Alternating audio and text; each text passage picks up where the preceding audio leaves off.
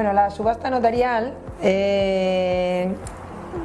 una novedad que se ha introducido ahora últimamente, están regulados los artículos 72 y siguientes de la ley del notariado,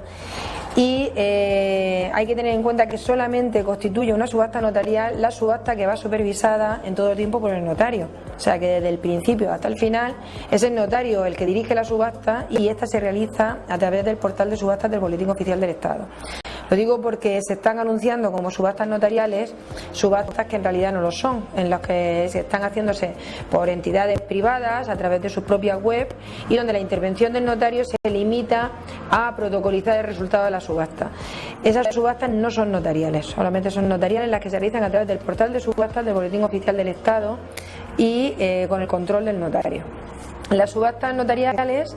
se pueden venir motivadas por un expediente administrativo o judicial o, por ejemplo, por el cumplimiento de un contrato, porque le hayan pactado las partes que se subaste, o a requerimiento de un particular que quiere vender su vivienda y que solicita a un notario que se transmita. Entonces, respecto a estas últimas, el promotor de la subasta puede elegir el notario que quiera, es de libre elección. También puede determinar cuáles son las condiciones que van a regir la subasta. En el caso de que no haya establecido unas condiciones especiales, pues se aplica supletoriamente la legislación notarial. Y comienzan con un requerimiento que se hace al notario. Entonces, en el requerimiento, el particular pues hace constar cuáles son sus datos personales, cuáles son los datos del inmueble que quiere subastar,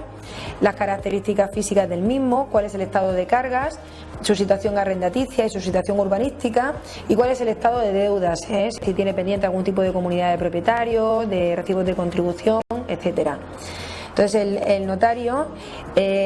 también tiene que hacer constar cuál es la situación catastral, porque por ejemplo si no estuviera coordinada adecuadamente en el catastro, pues lo debe mencionar, y cuál es el precio de salida por el que quiere subastarla. El notario, antes de iniciar el expediente y sobre todo justo antes de empezar la subasta, pues va a consultar el registro público concursal para comprobar si la persona, el promotor del expediente, el que quiere vender, está en situación de concurso de acreedores o no, para ver si hay alguna limitación para que pueda vender. Luego también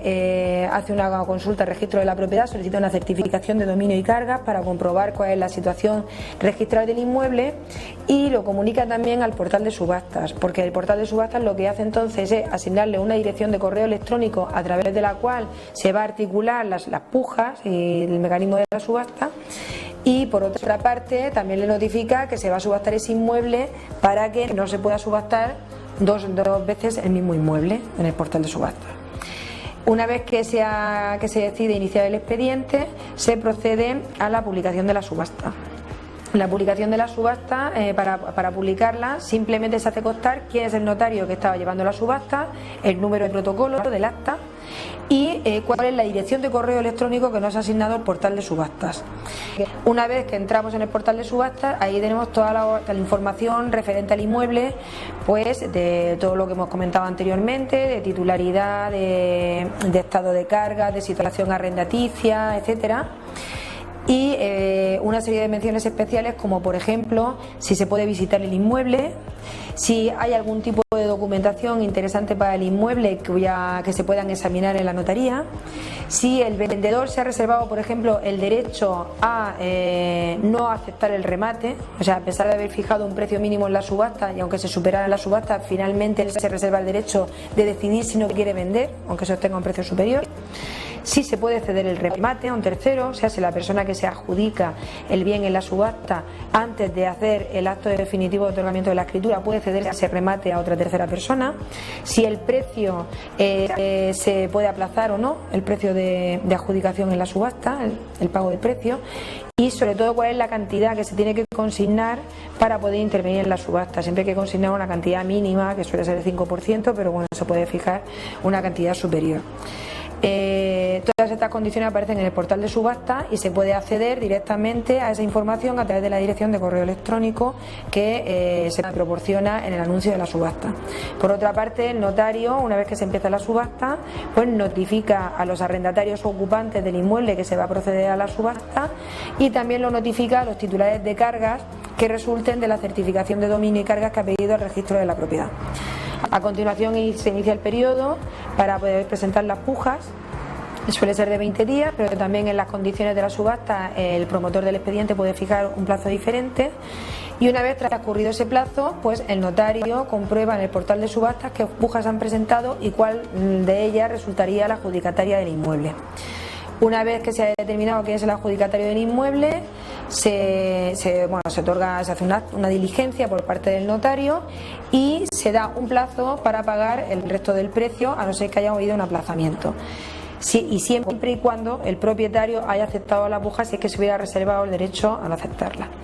Si transcurrido el plazo correspondiente no se ha pagado el precio, se va al siguiente postor. Si se ha pagado el precio, pues ya se extiende una diligencia de finalización de la subasta con adjudicación del inmueble al rematante que ha satisfecho el precio en la totalidad.